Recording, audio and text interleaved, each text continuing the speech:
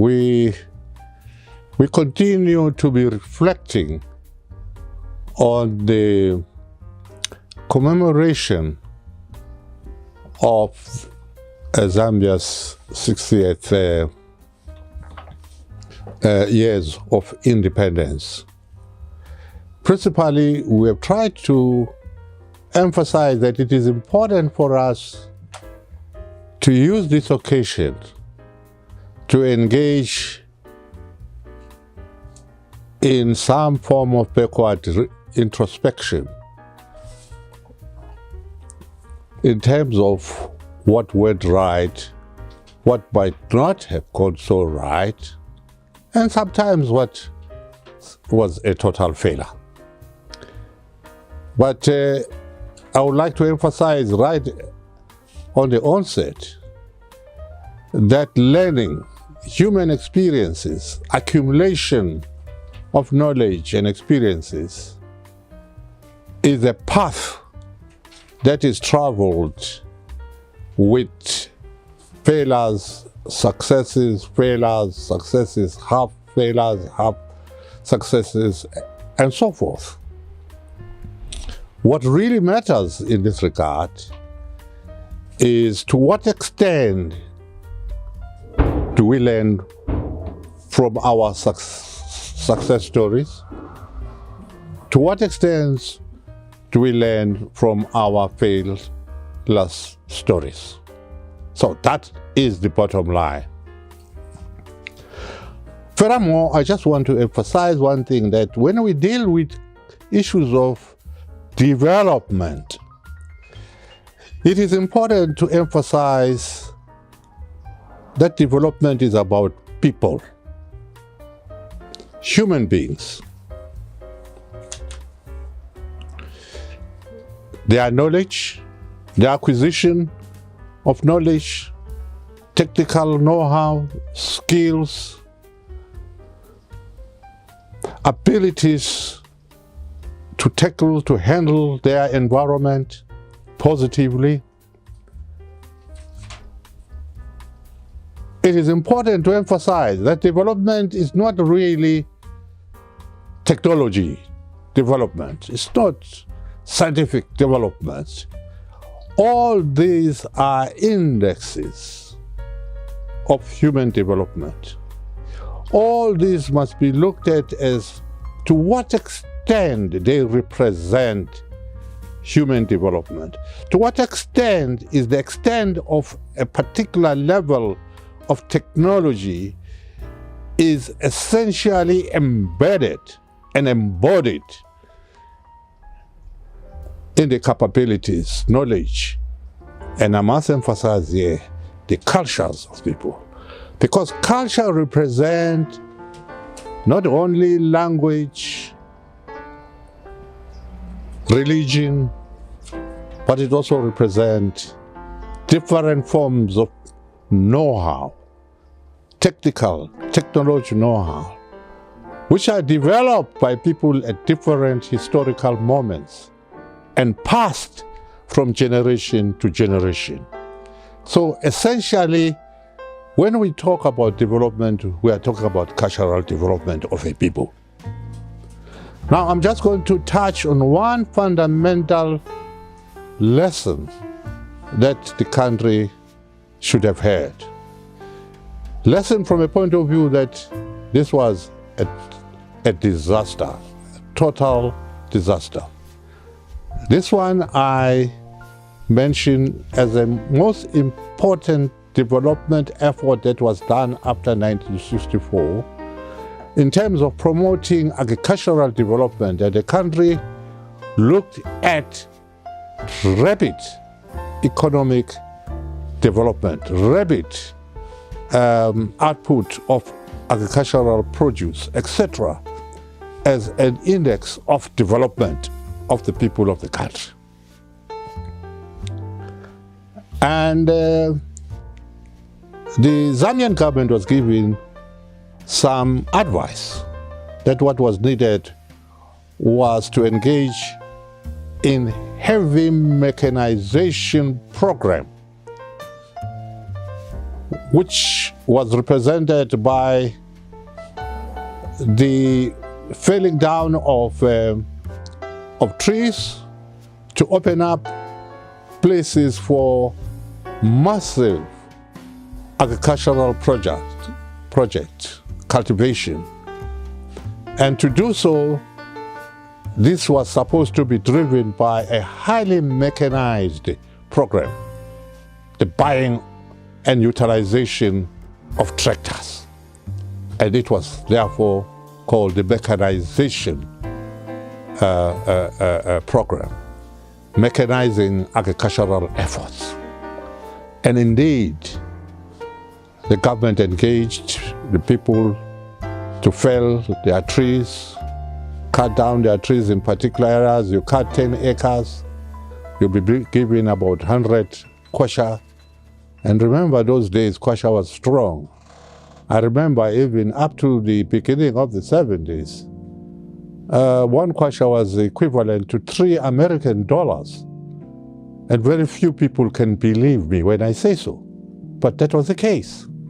That is how strong the Zambian kwasha was. So the Zambian government had resources to acquire all these tractors.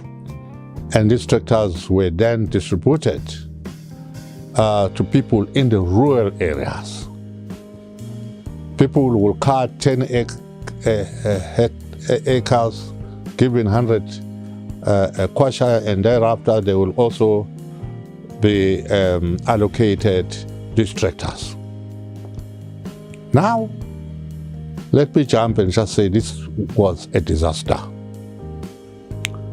Insofar as to utilize tractors, you needed some infrastructure, starting with the know-how on the type of people that were going to utilize them, because they need to be repaired, to be maintained. You also needed fuel distribution infrastructure, repair infrastructure for these tractors. And all that was not put in place, was not considered. And the program therefore was started, and it was a complete disaster. A complete disaster. People, after having faulty tractors or having realized that they don't have the wherewithal to make use of these tractors, they will just abandon them in the fields. And I personally saw one in Northwest. I was taken there by some peasants who said to me, let us go and show you one of an abandoned tractor. And when I got there in the bush, like I even say, how? This might be a rhino where these people are taking me. And indeed, it was not a rhino. It was an abandoned tractor. So a lot of resources were spent there, and that was a lesson. And the lesson here, among other things, was that it's what I really started by saying, that development in the country of the people was looked at from the point of view of equipment, of technology, and not the people. The capability of the people and the related infrastructure for the utilization of such new equipment was not taken into account. We would say development a la tractors, development a la mechanization, and that was a disaster.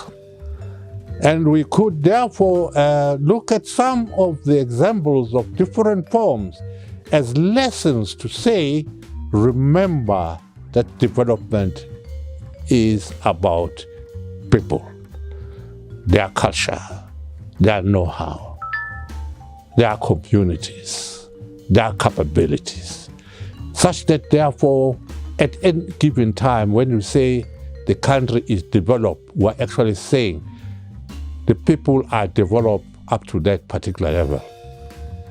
A second related scheme, I will not go into details, but it was done at Nakonde area, where peasant growers of coffee were assembled around an irrigation project, and they were made to leave their plots up there on the hills in the Nakonde area, and being assembled there to squat there and to become not part and parcel of the dynamics of the community of the people in that area, because the project was to up the growing of coffee in that area. And without going into detail, it took a lot of that investment, and within particular short time, the farmers who had been assembled there retained to their respective places, to their respective plots, to go back to where they were with their own people, to continue the growing of coffee in the manner that they were much more familiar with. And that project was deserted. When I mean desertion, I mean literally. With all the infrastructure and with all the expenditure, nothing. And the African Economic Commission went to that area to go and find out exactly what happened. They did not find anybody who could let them know exactly what happened.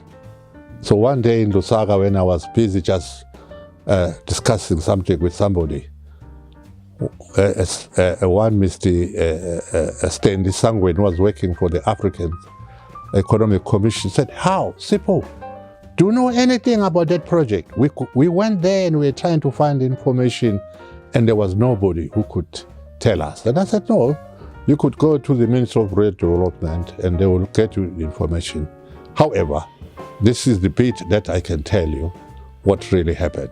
So, therefore, here, the purpose of what I am saying is not to condemn or to blame anybody, but the aim here is, let us always remember what development means and what development is about.